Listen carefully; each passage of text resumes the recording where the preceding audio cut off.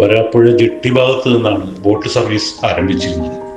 തുടർന്ന് ഏലൂർ, വരാപ്പുഴപ്പള്ളി, ചേരാനെല്ലൂർ, കണ്ടനാട്, കോതാട്, ചേന്നൂർ, പിഴല, ചിറ്റൂർ, വടുതല, കുറുങ്കോട്ട, മുളവുകാട് പ്രദേശങ്ങളെ ബന്ധിപ്പിച്ചാണ് സർവീസ് നടത്തിയിരുന്നത്. എറണാകുളം ചിൽഡ്രൻസ് പാർക്കിന് സമീപമുള്ള ബോട്ട് ജെട്ടിയിലാണ് സർവീസ് അവസാനിപ്പിച്ചിരുന്നത്. ഏകദേശം 2-2.25 മണിക്കൂർ ദൈർഘ്യമുള്ളതായിരുന്നു സർവീസ്. ഒരു ബോട്ട് ദിവസേന ഇത്തരത്തിൽ 4 സർവീസുകളാണ് നടത്തിയിരുന്നത്.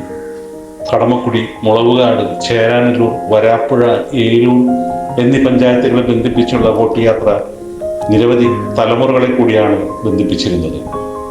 ബോട്ടിലെ തന്നെ ഡ്രൈവർ ഞങ്ങളുടെ ബന്ധത്തിലുള്ളതാണ്.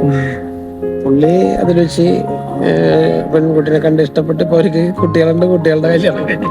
ഒരാളുടെ കല്യാണം കഴിഞ്ഞ് ഇവിടെ ഫോട്ടോ ഓടിക്കുന്നുണ്ട് പുള്ളി. എല്ലാരും തമ്മിൽ അറിയും. ഇപ്പൊ നമുക്ക് എന്നാണെങ്കിലും അവർക്കാണെങ്കിലും ആ പ്രായത്തിൽ കേട്ടാ പിള്ളേർക്കൊന്നും അറിയാൻ പറ്റില്ല. നമുക്ക് മുളാടറ്റം തുടങ്ങി മുൾകാറ്റേറ്റം ഉള്ള ആൾക്കാരെ അറിയാം, പരസ്പരം അറിയാം. അതെ അതെ അതെ, അതൊക്കെ പോയി ഇന്നത്തെ കാലത്ത് അതില്ല. എന്നുവെച്ചാ ഏത് വഴിക്കാണ് വന്നത് പോണെന്ന് പെടുത്തൂല. 2001 ബോട്ട് സർവീസ് നിർത്തിയല്ലേ? 2001 ഞാൻ ഡേറ്റ് ഓർക്കുന്നത് നഷ്ടം പിന്നീട് നഷ്ടമായിരുന്നു. പിന്നെ കൈ നഷ്ടം തുടങ്ങി കഴിഞ്ഞപ്പോ പയ്യെ നിർത്തി ഞങ്ങള്. പിന്നെ ലാസ്റ്റ് പോൾക്കാട്ടി മാത്രം ഓടിയിരുന്നേ.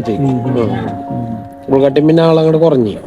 നിമോഷ് ഭയങ്കര സ്പീഡുള്ള ബോട്ടാണെന്ന് പറയുന്നത്. ഇമോഷണൽ സ്പീഡ് കൃഷ്ണൻ എന്ന് പറഞ്ഞ ബോട്ടിനായിരുന്നു.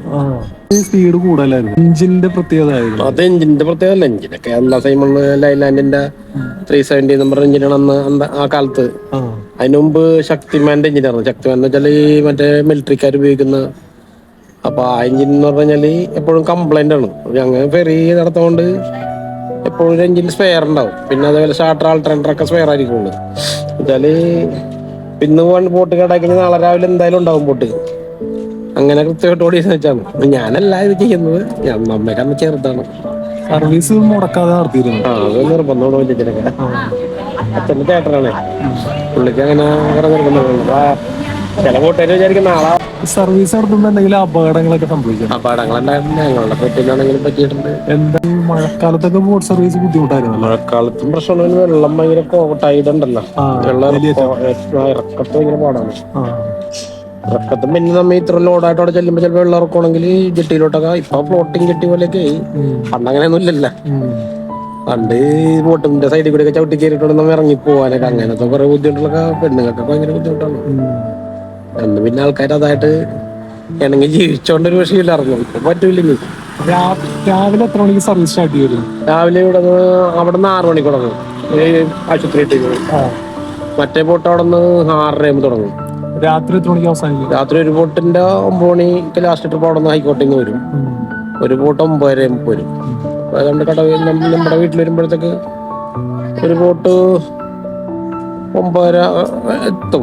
മറ്റേ ബോട്ട് 10 മണി കഴിയും. 2 ബോട്ട് ഇവിടെ കൊണ്ടു കിട്ടിയിരുന്നു. ഇവിടെ നിന്ന് കൊണ്ടുപോയിട്ട് വേണം രാവിലെ സ്റ്റാർട്ട് ചെയ്യുമ്പോൾ അവിടെ പോയി തുടങ്ങാൻ. അവിടെ നിന്ന് ഇടിപ്പിക്കാൻ സമ്മതിക്കൂല. എത്ര ജീവനക്കാരുണ്ടായിരുന്നു അതില്? ഒരു നിമോഷണൽ ബോട്ടിൽ 5 പേരാണ്. അതിന്റെ കപ്പാസിറ്റി അനുസരിച്ചാണ്. ആരൊക്കെയാണ് അത്?